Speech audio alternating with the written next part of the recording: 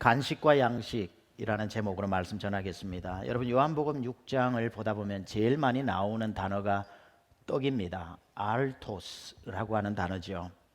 근데 참 번역이 아쉽습니다. 이 알토스는 물론 빵이라는 단어인데 아시다시피 유대인들에게 빵은 주식입니다. 한국 사람에게는 떡은 주식이 아닙니다. 그래서 이건 떡으로 번역해서는 안 되고 사실 밥으로 번역했으면 훨씬 더 내가 하늘에서 온 밥이니라 이렇게 번역이 되어야 되는데 에고, 에이미, 하, 아르토스, 테스, 조에스 내가 생명의 떡이다 이렇게 말씀을 생명의 빵이다 말씀하셨는데 번역이 떡으로 되다 보니까 무슨 아쉬움이 있냐면은 우리 성도들도 예수님을 간식 정도로 생각하는 겁니다. 여러분, 떡을 매일 먹는 사람 잘 없죠. 떡은요 추석이나 설날 때 1년에 몇 번 먹는 명절 때나 먹는 건데 간식처럼 예수님을 생각하니까 부활절에 한번 나오고 크리스마스 때 한번 나오고 추석 때 한번 먹고 설날 때 한번 먹는 것처럼 예수님을 그렇게 먹는데 예수님은 떡이 아니라 밥입니다. 하루 삼시세끼 먹지 않으면 죽는 밥으로 이 세상에 오셨다는 겁니다. 떡은 뭐 먹으면 좋고 안 먹어도 그만이지만 밥은 안 먹으면 죽습니다. 예수님 간식으로 오신 분 아니라 양식으로 오셨습니다.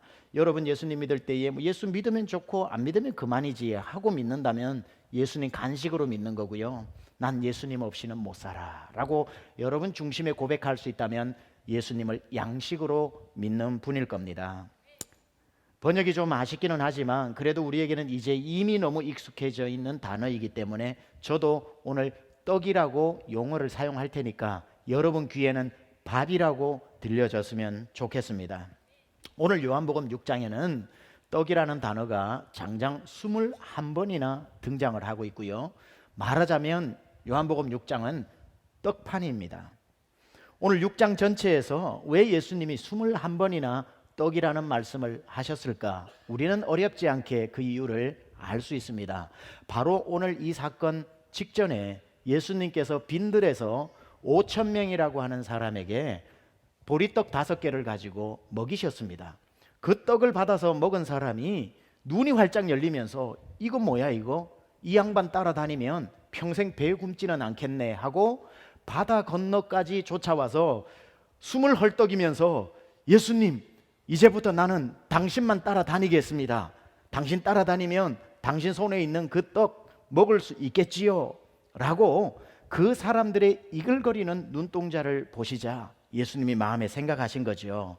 아, 이 사람들은 나 때문에 온 게 아니라 내 손에 있는 이 빵 때문에 왔구나. 말하자면 양식 때문에 온 게 아니라 간식 때문에 왔구나 라는 것을 예수님이 아시고는 이제 이 사람들에게 먹고 또 배고픈 이 간식 줄 게 아니라 한번 먹으면 영원히 배고프지 않는 생명의 양식된 나를 줘야겠다라고 생각을 하고 예수님이 그 보는 사람들 앞에서 검지손가락을 펴서 당신의 가슴을 가리키며 꾹꾹 누르시면서 하신 말씀이 이 손에 있는 빵 아니다.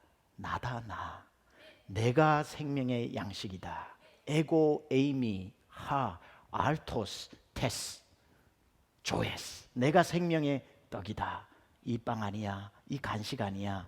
날 먹어야 돼 라고 오늘 6장 전체에 말씀하고 계시는 겁니다. 그래서 오늘 제목을 제가 간식과 양식이라고 했습니다. 오늘 말씀 들으시다가 여러분이 오늘 교회 나오고 오늘 예수님을 믿는 이유가 간식 먹으려고 믿는지 양식 먹으려고 예수 믿고 교회 나오는지 스스로 한번 점검해 볼 수 있는 시간 되시기 바랍니다.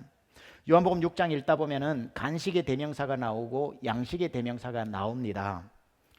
오늘 6장 전체를 읽다 보면은 간식으로 대변되어지는 것을 예수님은 만나라고 표현하셨고 한번 먹으면 영원히 배부른 영원한 떡을 예수님 당신 자신이라고 그렇게 비교를 하시면서 계속해서 6장에 이야기를 하시는데 32절에 보면 예수께서 이르시되 내가 진실로 진실로 너희에게 이르노니 모세가 너희에게 하늘로부터 떡을 준 것 뭐죠? 만나죠.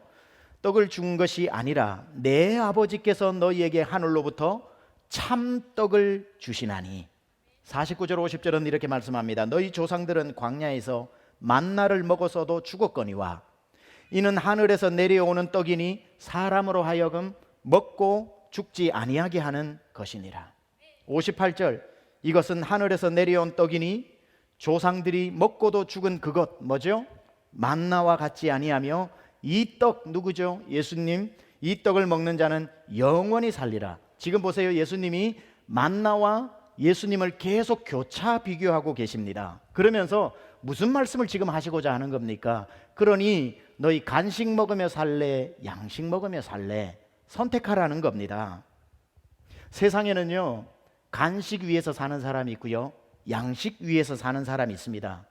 그렇다면 간식은 뭐고 양식은 뭘까? 많은 차이가 있겠지만 예수님이 오늘 본문에서 간식과 양식의 차이를 무슨 차이로 비교하고 있냐면 계속 이렇게 말씀하시죠. 만나는 먹어도 또 배고프고 만나는 먹어도 죽겠거니와 나를 먹는 자는 다시 배고프지 않을 것이고 나를 먹는 자는 죽어도 살겠고 영원히 죽지 아니하리라. 아, 만나와 예수님의 차이는 기간의 차이구나.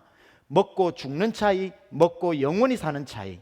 조금 더 쉽게 말씀드려 볼까요? 간식과 양식의 차이는 뭐냐면 여러분 죽었을 때에 요단강 건너갈 때 요단강 강물에 다 버리고 가야 되는 것이면 여러분 가진 모든 것은 간식이고, 요단강을 배에 싣고 천국까지 갈 수 있는 거면 여러분 다 양식을 위해서 사신 겁니다.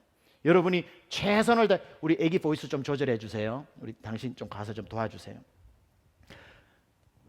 애기를 가장 잘 보는 이수복 사모님 좀 도와주세요. 네. 그래서 간식과 양식은 뭐냐?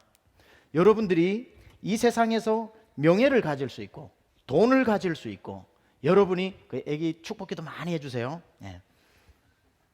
양식을 가질 수 있고 명예를 가질 수 있고 돈을 가질 수 있는데 그 돈을 가지고 여러분이 죽어 요단강 건너가는 배를 타고 가는데 요거 천국까지 가져가야지 하는데 주님 말씀하시는, 야 버려. 왜요? 이거 어떻게 모은 건데? 버려. 아무 쓸모 없어. 금덩어리, 천국의 돌덩어리가 금덩어리야. 이렇게 말씀하시는 것. 여러분이 요단강에 다 버려야 되는 건요, 바로 간식을 인생 가운데 모으면서 사신 겁니다. 그런데 똑같은 걸 모아도요, 요단강 건너갈 때, 배에 싣고 갈 때, 버리려고 할 때 가지고 와 주님 말씀하시면 천국까지 가지고 갈 수 있으면 양식 위에서 산 겁니다. 다른 말로 해볼까요? 만나는 광야에서 먹고 가나안으로 들어가는 즉시 멈추었지요. 마찬가지로 우리 인생을 광야로 비교할 때에 이 세상에서만 먹을 수 있는 것이라면 다 간식 위에서 살았던 것이고, 젖과 꿀이 흐르는 가나안인 천국까지 여러분이 가지고 갈 수 있는 것을 지금도 추구하고 산다면 양식 위에서 사는 사람이지요. 지금 한번 여러분이 그렇게 가지고 싶은 것들 한번 묵상해 보세요. 요단강 건너갈 수 있는 건지, 아니면 이 땅에서 다 놓고 가야 하는 것인지. 만약에 놓고 가야 하는 것이라고 생각되면 여러분은 양식을 위해 사는 분이 아니라 간식 위해 사시는 분입니다. 문제는 뭔 줄 아십니까?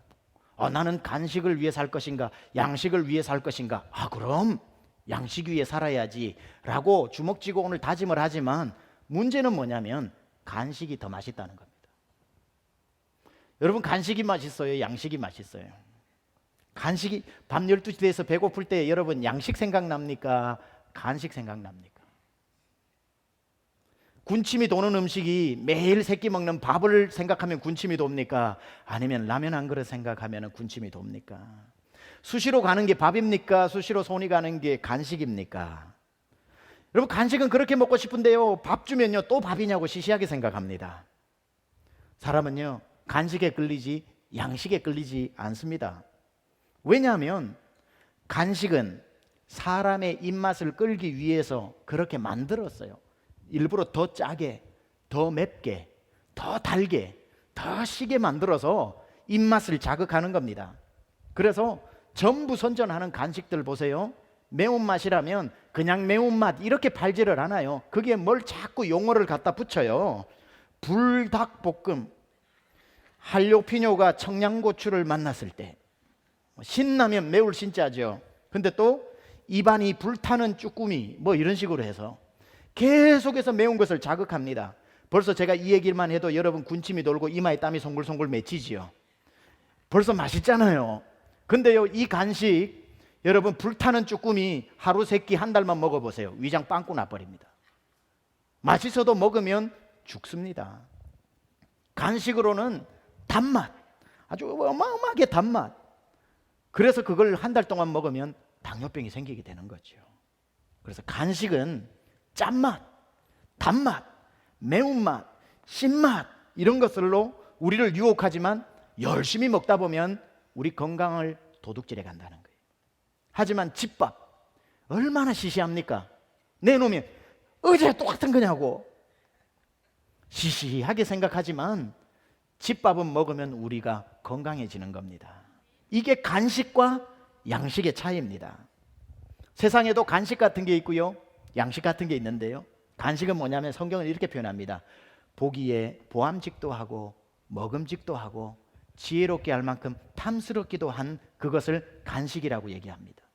근데 예수님이 양식으로 오셨는데 성경은 예수님을 어떻게 표현했냐면요, 고운 모양도 없고 풍채도 없고 사람에게 버림받은 건축자들이 버린 돌처럼 아무도 그를 귀하게 여기지 않았더라. 집밥처럼 취급했고, 세상 것은 맛있는 어떤 대박 메뉴집에 있는 간식처럼 먹음직도 하고 보암직도 하고 지혜롭게 할 만큼 탐스러운 것도 할 것 같아서 먹다 보면은 내 건강 다 잃어버리는 것이고, 고운 모양도 없고 풍채도 없고 아무도 그를 귀하게 여기지 않는 집밥 같은 예수님 먹은 사람은 영원히 살더라는 거예요.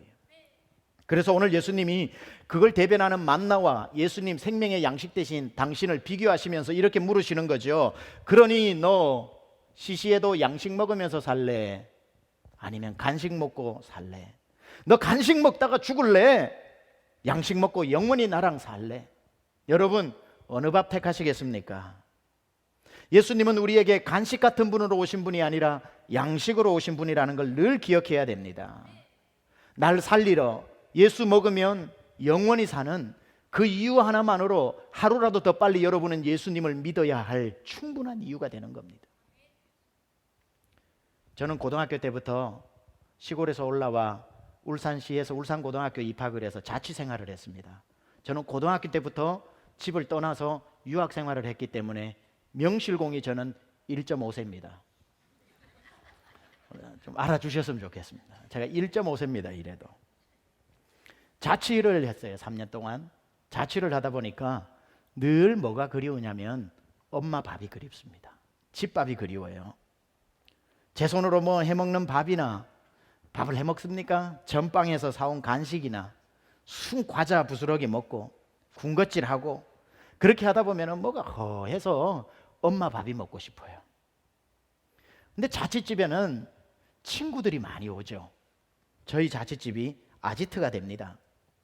근데 이 친구들이 우리 집에 놀러를 와도 밥을 해가지고 오는 친구는 한 명도 없어요. 전부 그냥 빈손으로 와서 있던 밥도 다 먹고 갑니다. 싹 먹어버립니다.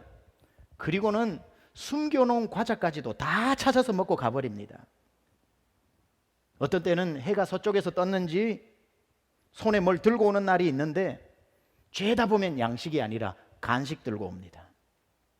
전부 하나같이 먹어도 배 안 부른 것들 있지요. 조리뽕, 양파링, 칸초, 치토스 뭐 이런 거 들고 와요. 때로 밥을 사올 때는 있어요. 밥도 인디안 밥, 고래밥 이런 것들. 근데 뭐 간식까지 와가지고 친구들하고 밤새면서 뭘 사와도요, 그게 하나도 안 고마워요. 그렇게 사와도 고맙다 말이 안 나와요. 왠 줄 아냐? 왜냐하면 사온 그거 저거들이 다 먹고 가요. 아니 다 먹고 가는 것만 땡큐죠. 어떻게 비상식량으로 숨겨놓은 라면까지 다 찾아내가지고 싹 끓여 먹고 고맙다는 말도 한마디 없이 가버립니다. 그래서 친구들은 합법적인 도둑놈들입니다. 천연덕스럽게 와가지고 집에 거 다 먹고 고맙다는 말도 없이 가는 합법적인 도둑놈들. 이 자취해본 분들은 다 아실 겁니다. 근데요, 자취방에 엄마가 오는 날이 있습니다. 엄마가 오는 날. 엄마는 왜 오시지요? 우리 자취방에 있는 거 뺏어 먹으러 오시는 거 아닙니다. 엄마는 아들내미 살리려고 오시는 겁니다.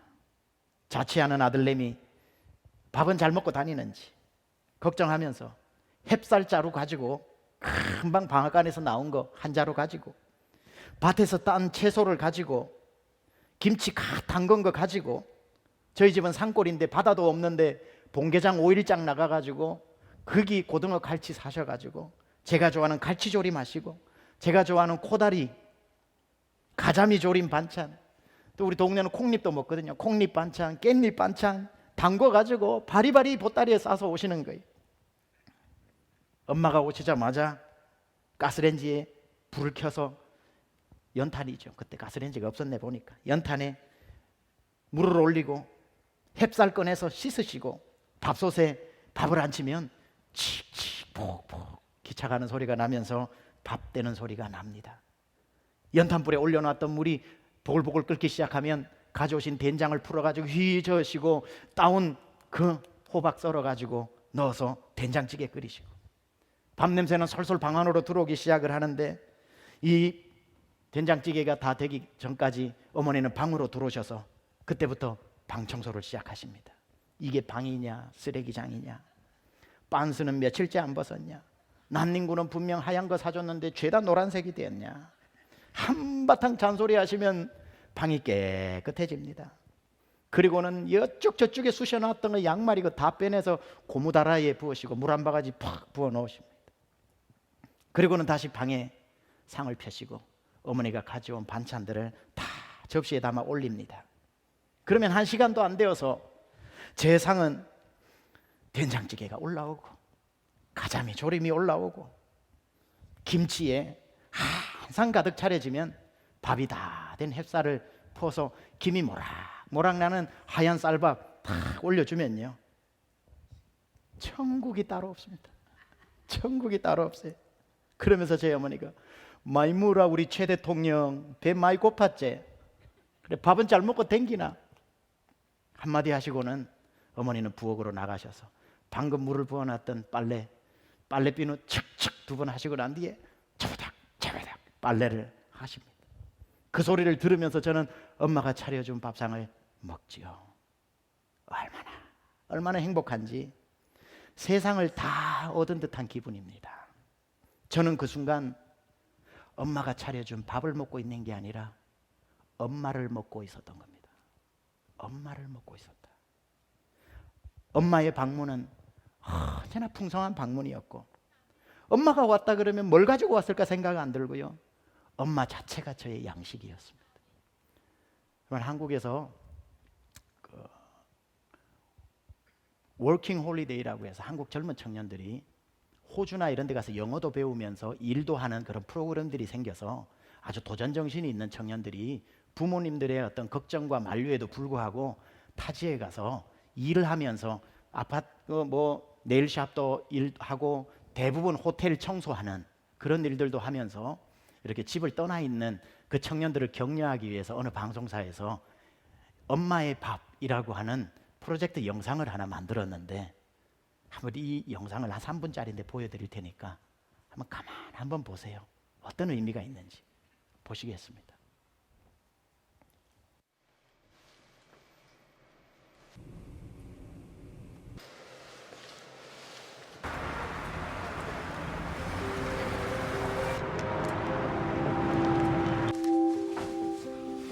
현재 하우스키핑으로 들어가서 하고 있어요.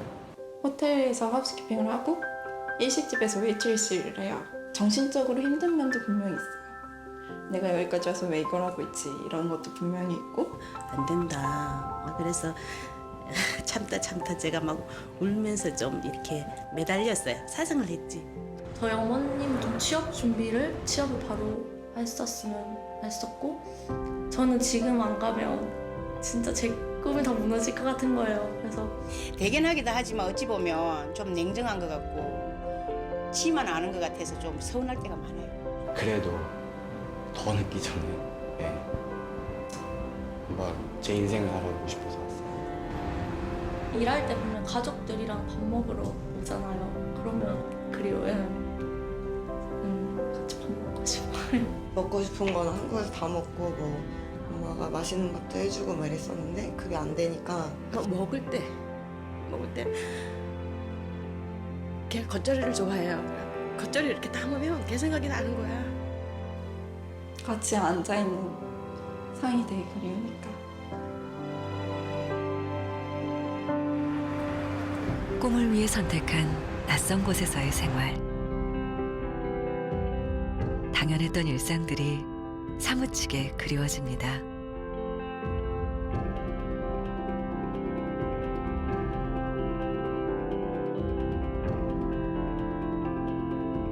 우린 꿈을 향해 달려가는 청춘들에게 특별한 선물을 하기로 했습니다. 첫걸로 이렇게 시켜요.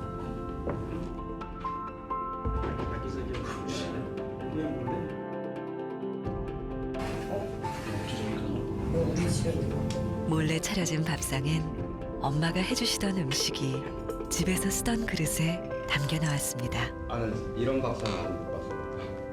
이것도 우리 거 같은데? 진짜 왕. 이거 내 건데? 이랬어요? 먼저 놔뒀겠네.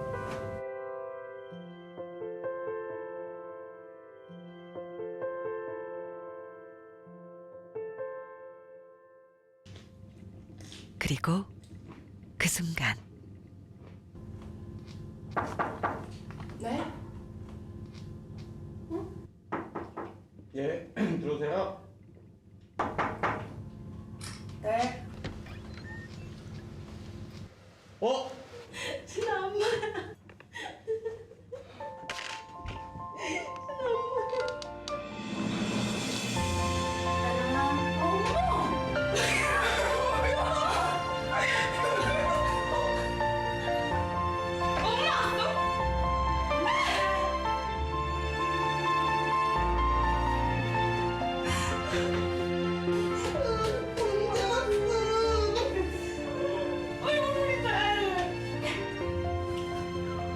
왜 울어?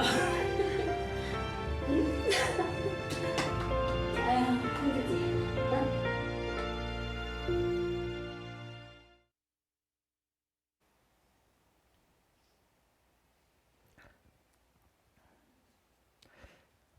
여기 남자 청년이 나중에 이런 고백을 합니다. 엄마라는 사랑 자체가 다가오는 게 선물이 된다는 것을 몰랐다. 이 청년들은, 젊은 청춘들이 눈물을 흘리는 이유는 엄마가 해준 밥을 먹어서가 아니라 먹는 그 밥에 엄마가 있어서입니다. 고향을 떠나 호텔 청소를 하고 가족이 그리운, 저들에게 가장 그리운 건 엄마가 해준 밥이 아니라 엄마라는 밥입니다. 엄마는 자식들에게 가장 배부른 양식이죠. 이쯤 여러분에게 질문 하나 드립니다. 맞춰보세요. 여러분은 엄마가 해준 밥 먹고 컸습니까? 엄마 먹고 컸습니까? 엄마는 밥만 주는 분이 아니에요. 엄마가 준 밥 먹고, 엄마가 준 젖 먹고 큰 게 아니라, 엄마는 젖만 주신 게 아니라 땀도 주셨고 꽃다운 처녀 시절 청춘도 주셨고, 젖이 안 나오면 눈물을 짜서라도 먹여서 우리를 살렸으니, 우리는 엄마가 해준 밥 먹고 큰 게 아니라 엄마를 다 먹고, 엄마 먹고 우리가 이 자리에 앉아 있는 거 아니겠습니까? 올해 3월달 태국에서 있었던 사진 한 장이 엄마의 힘이라는 제목으로 많은 사람의 가슴을 울렸는데, 이 사진 보면 교통사고를 당한 엄마와 아기의 이야기가 나오는데요. 이 사진을 보면 이 아기가 엄마의 젖을 먹고 살았는지 엄마 먹고 사는지 나옵니다. 사진 한번 볼까요? 이 아이는 지금 엄마의 젖을 먹고 있나요? 아니면 엄마를 먹고 있나요? 이 아이는 지금 엄마를 먹고 자라는 겁니다.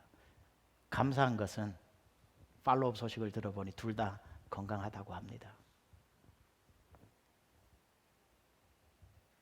예수님이 손에 빵을 들고 계시는데 사람들이 열광을 하면서 따라와서 그 빵 좀 주세요라고 하니까 예수님이 말씀하시죠. 이거 먹어 안 된다. 나를 나를 먹어라. 내가 너를 살리는 빵이다. 이거 먹으면 또 배고프지만 날 먹으라고 하시면서 엄마가 젖만 주신 게 아니라 청춘도 주셨고 눈물도 짜내어 주셔서 우리가 자랐듯이 예수님이 빵만 주신 게 아니라 십자가 위에서 당신의 인생을 주셨고 눈물을 주셨고 땀을 주셨고 예수님은 다 주셔서 우리를 살리신 겁니다. 예수님 말씀하시는 거예요. 내 살점 모두를 다 뜯어 먹어라. 이는 내 살이다. 여러분, 예수님 먹고 구원받은 줄 믿습니다. 예수님은 그래서 목마른 영혼, 배고픈 영혼들을 나를 먹으러 오라고 이렇게 부르시고 계십니다. 오라 너희 모든 목마른 자들아 물로 나오라. 돈 없는 자도 오라. 너희는 와서 사 먹되 돈 없이 값 없이 와서 포도주와 젖을 사라. 너희가 어찌하여 양식 아닌 것을 위하여 은을 달아주며 배부르게 하지 못할 것을 위하여 수고하느냐. 내게 듣고 들을지어다. 그리하면 너희가 좋은 것을 먹을 것이며 너희 자신들이 기름진 것으로 즐거움을 얻으리라. 너희가 어찌하여 배부르지 못할 것을 위해 은을 주냐. 목마름을 해결해 주지 못할 걸 위해 금덩어리를 주느냐. 그러지 마라. 나에게 와서 나를 먹어라. 에고 에이미 하 아르토스 테스 조에스 I am the bread of life. 생명의 떡이다. 저는 지금 이제 마지막으로 두 가지 제 경험을 이야기하려고 합니다. 지난 2, 3주 근자에 일어난 당사자에게 직접 들은 간증인데 둘 다 똑같이 밥 먹고 살아난 사람 이야기 아니고 예수님 먹고 살아난 이야기 나누려고 합니다.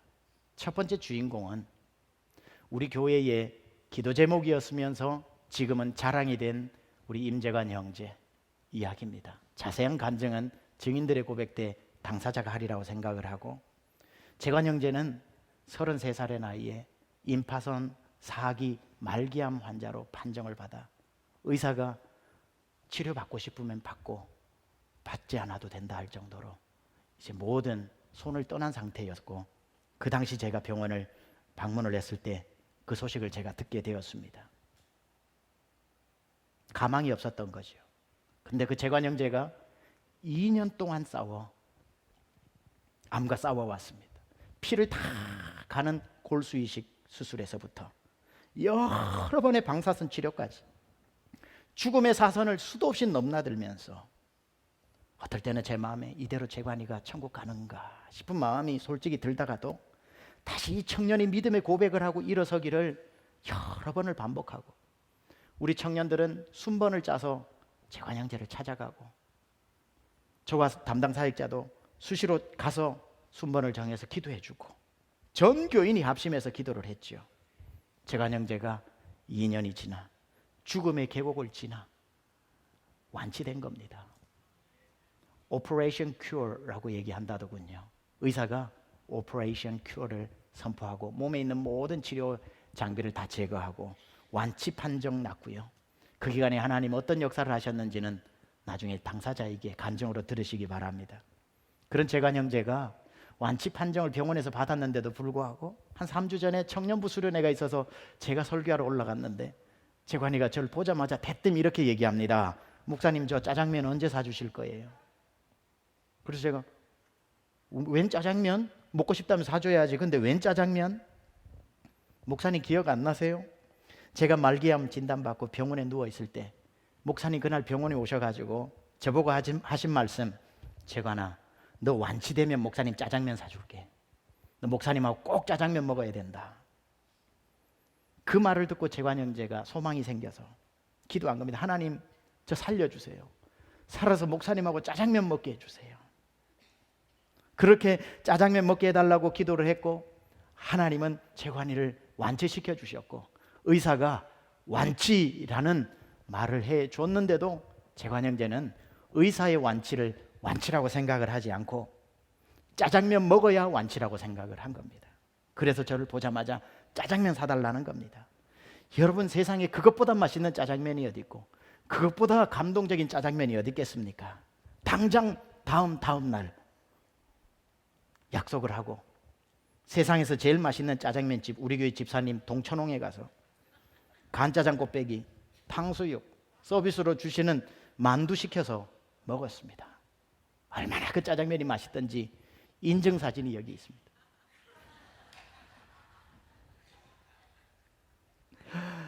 재관 형제가 짜장면을 먹으면서 이런 간증을 하더군요. 많은 간증을 해서 그 얘기 다 못합니다만은, 목사님, 제가 어느 날 꿈인지 기도 중에 환상인지 몰라도 이런 환상을 봤다는 거예요. 제가 죽음의 계곡을 건너고 있는 거예요, 목사님. 왜 시편 23편 아시죠? 사망의 음침한 골짜기. 제가 거기를 지나고 있었어요. 그래서 나도 죽나 보다 생각을 했는데 갑자기 제 손에 십자가가 들려져 있는 거예요. 이 웬 십자가지 하는데 주변을 보니까 수많은 십자가가 버려져 있더라는 겁니다. 사람들이 십자가를 놓고 어디 가버렸구나. 그러면 죽은 거잖아요. 그래서 나도 여기서 십자가 내려놓으라는 거구나 하고 십자가를 내려놓으려는데 갑자기 하나님이 마음에 감동을 주시는데, 십자가는 지고 가는 거지 내려놓는 게 아니야 하고는 사명의 십자가를 남들처럼 내려놓으려다가 이 사명의 십자가는 지고 가는 거야 하고 꽉 잡고 그 십자가를 들고 사망의 계곡을 지나왔다는 겁니다. 그때에 하나님 나 살려주시겠구나 라는 확신을 가지게 되었다는 겁니다. 여러분, 질문 하나 드릴게요. 재관 형제가 짜장면 먹고 살았을까요? 예수님 먹고 살아났을까요? 사망의 음침한 골짜기에서 예수님 먹고 살아난 이야기입니다. 재관 형제의 간증은 짜장면 먹고 살아난 간증이 아니라 죽음의 계곡에서 어떻게 예수님 먹고 살아났는지의 간증이고요.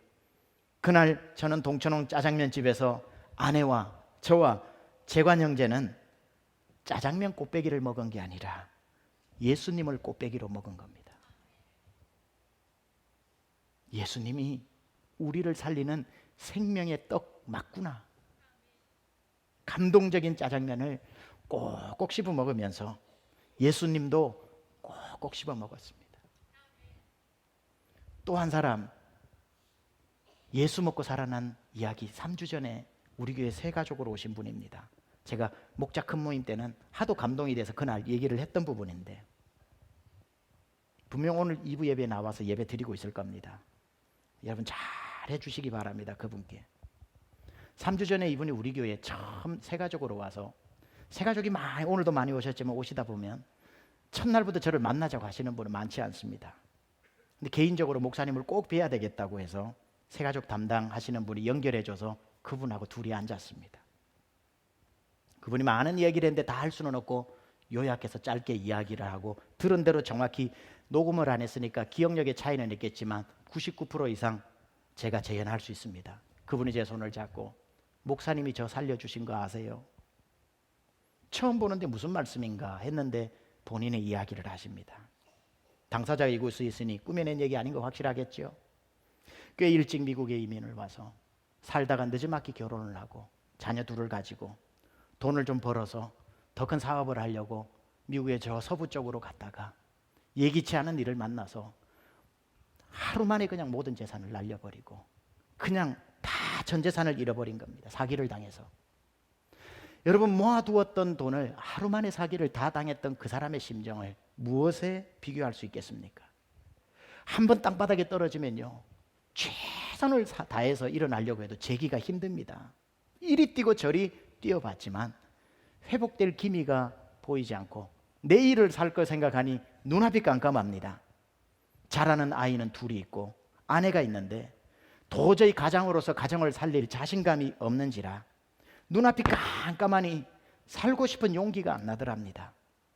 그래서 살아보겠다고 집에서 2시간 떨어진 곳에 가서 혼자 일을 하는데 어느 날 도저히 살 용기가 없어서 고속도로 레스트 에어리아 휴게소에서 목을 매달고 자살을 하려고 합니다. 목을 매달고 자살을 다 하려고 하는데 마지막 한 가지가 생각이 나더랍니다. 죽을 때 죽더라도 내 아이 둘 밥 한 끼 사주고 다시 와서 목 매달아야 되겠다. 그 생각이 문득 들어가지고 내한테 전 재산이 얼마 있냐 찾아보니 230불인가 40불인가가 있더랍니다. 계산을 해보니 40불 가지고 왕복 가스값이 나오겠고 200불 가지고 우리 네 식구 맛있는 밥 한 끼는 먹을 수 있겠다 생각을 하고 가서 마지막 밥 먹고 와서 죽어야지 하고 가스를 넣고 운전해서 가는 중에 몇 년 전에 달라스를 한번 방문했다가 H마트 앞에서 노방전도팀이 나누어주는 웬 목사의 설교 CD가 하나 있어서 그 설교 CD를 넣었더니만 지금 듣고 있는 이 목소리가 나오더랍니다. 근데 그 설교가 제가 한 2, 3년 전에 기적 시리즈로 설교했던 설교 기억나시죠? 그때 제가 몇 주 전에 설교했던 것과 똑같은 빈들의 기적이라고 하는 오병이어 설교를 하는 걸 그분이 들으신 겁니다. 오병이어 설교를 하는데 그 설교의 요지가 뭔 줄 아세요? 빈들에서 예수님이 기적을 일으켜 아무것도 없는 데서 5,000명도 먹이셨는데 그 예수님이 당신 하나 못 먹여 살리시겠냐? 빈들 같은 인생을 예수님은 외면하지 않고 먹여주셨는데 빵 없다고 죽지 말고 예수님만 바라보고 포기하지 않으면 빈들의 인생에도 기적이 찾아오니까 포기하지 말라고 이런 내용이 계속 설교를 나오는 겁니다. 그 메시지가 너 살아야 돼 이 말 아닙니까? 그리고는 제가 마지막에 우리가 이 찬송을 불렀다네요. 그분 말씀입니다. 찬송합시다 하면서 부르는데 빈들의 마른 풀같이 시들은 나의 영혼 주님의 약속한 성령 간절히 기다리네 가물어 메마른 땅에 단비를 내리시듯 성령의 단비를 부어 새 생명 주옵소서. 그 찬송을 이분이 막 따라 부르면서 그 차 안에서 예수님을 만난 겁니다. 그래서 그분이 이런저런 과정을 겪고 달라스로 이사를 와서 오자마자 세미안교회에 와서 등록하고 저를 그날 만난 겁니다. 목사님이 저를 살려주셨다고. 제가 아니라 예수님이 살려주신 것이요. 그분 손을 잡고 기도를 했습니다. 눈물이 어찌 안 날 수가 있겠습니까? 마치고 제가 이렇게 인사했습니다. 살아있어서 고맙습니다. 여러분, 살아있으면 살아야 할 이유가 보입니다. 살아있으면 살 이유가 생깁니다. 우리 믿음의 사람은 죽은 하나님을 믿는 게 아니라 살아있는 하나님을 믿고, 하나님은 죽은 사람에게 역사하시지 않고 산 자의 땅에서 산 사람에게 역사하시는 겁니다. 다윗이 죽을 일을 만났다가 죽었구나 하다가 죽으면 안 되지 하고 벌떡 일어나서 고백한 게 시편 27편인데 기가 막힌 고백합니다. 들어보세요. 내가 산 자의 땅에서 여호와의 선하심을 보게 될 줄 확실히 믿었도다. 너는 여호와를 기다리고 기다릴지어다. 강하고 담대하며 여호와를 기다릴지어다. 질문합니다. 이분은 자녀들과 함께 먹기로 했던 그 밥 먹고 살아난 겁니까? 차 안에서 예수 먹고 살아난 겁니까? 그럼 여러분, 오늘은 무슨 밥 얻어먹으려고 그렇게 바쁘게 치열하게 사십니까? 예수님 밥 잃어버리면 안 됩니다. 주님이 오늘도 그 검지손가락 굳세게 세우고 당신의 가슴 꾹꾹 누르시면서 나야 나, 내가 밥이야, 내가 양식이야, 나 먹어야 산다, 이 얘기하고 기도합시다. 엄마가 우리 자취방 찾아온 것처럼 예수님 오늘 바리바리 싸서 여러분 찾아오셨습니다. 동치미 담고 김치 담고 멸치 조리고 김 잘라서 햅쌀 가지고 여러분 집 앞에 와가지고 예수님이 오늘 문 열어라 밥 한 끼 해줄게 하고 두드리는 게 뭔 줄 아세요? 볼지어다 내가 문 밖에 서서 두드리노니 누구든지 내 음성을 듣고 문을 열면, 잘 들으세요, 내가 들어가 그는 나로 더불어 먹고 나는 그로 더불어 먹으리라. 주님 밥 주시려고 여러분 찾아오시는데 오늘 마음 문을 열고 빈들을 만난 성도님들, 살면 살 일이 생깁니다. 산자의 땅에서 하나님의 영광 보시기 바랍니다. 빈들 같은 인생에 소낙비처럼 내리는 은혜의 담비가 임하기를 축원합니다. 우리 시간 한번 기도합시다. 여러분, 우리는 간식 위에 사는 인생 아닌 거 아시죠? 먹어도 허기가 지고 맵고 달고 짠 것을 찾아서 사는 인생 아닌 거 아시죠? 밋밋해 보이나 고운 모양도 없고 풍채도 없고 사람이 흠모할 것도 없어 건축자들조차 버려버린 돌 같은 집밥 같은 예수님이지만 예수님 말씀하십니다. 그래도 너 나 믿어야 사는 거야. 나 먹고 사는 거야. 내 손에 있는 이거 먹어서 사는 게 아니라 날 뜯어 먹어. 예수, 나를 네 마음에 모셔드리고 너는 나로 더불어 먹고 나는 너로 더불어 먹고 그렇게 사는 거야. 여러분, 오늘 이 시간에 주님을 다시 한번 진실되게 모셔드립시다. 주님, 와주세요. 살아야겠습니다. 살면 살 이유가 생긴다고 했으니 빈들 같은 제 인생에 가물어 메마른 내 심령에 주님 단비로 임하여 주시옵소서. 묵묵하게 기도해도 되고요, 조용히 기도해도 되고요, 간절하게 기도해도 됩니다. 주님, 내 안에 들어와 달라고 이 시간 함께 기도합시다. 기도하겠습니다. 하나님 아버지, 오늘 이 시간에 주님 앞에 진실되게 주를 아버지 하나님의 찾습니다. 주님 없이는 우리는 살 수 없어요. 빈들 같은 내 인생에 주님이 오늘도 임하여 주시고 소망 없는 나에게 주님 찾아와 주시고 영원히 목마르지 않는 양식으로 와주신 주님 감사합니다.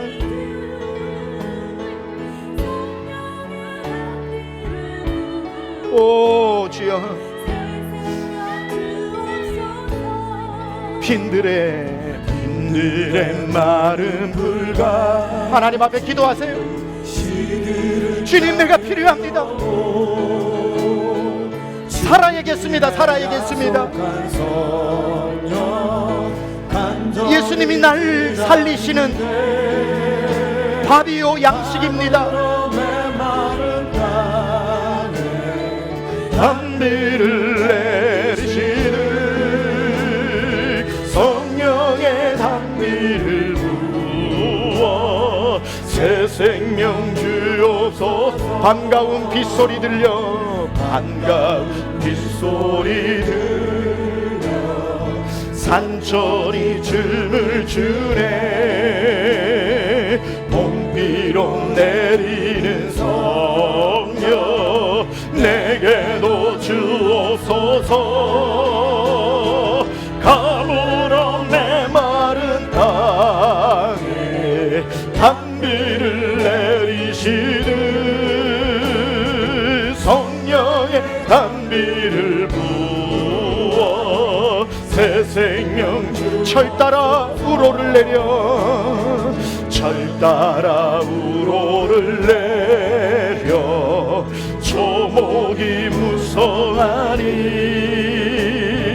갈급한 내 심령 위에 성령 주님이 필요합니다. 하늘로부터 오는 양식이 필요합니다.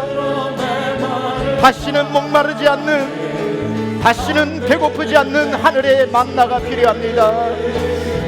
성령의 단비를 부어 우리 다 함께 일어나셔서 마지막으로 1절 찬양합니다. 빈들의 마른 불같이 시들은 나의 영혼,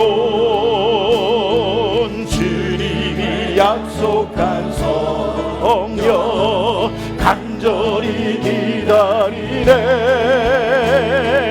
가물어 메마른 땅에 단비를 내리시는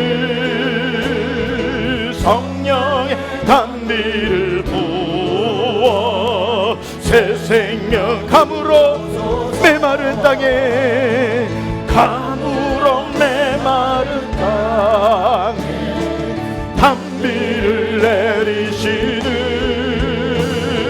성령의 단비를 부어 새 생명 주옵소서.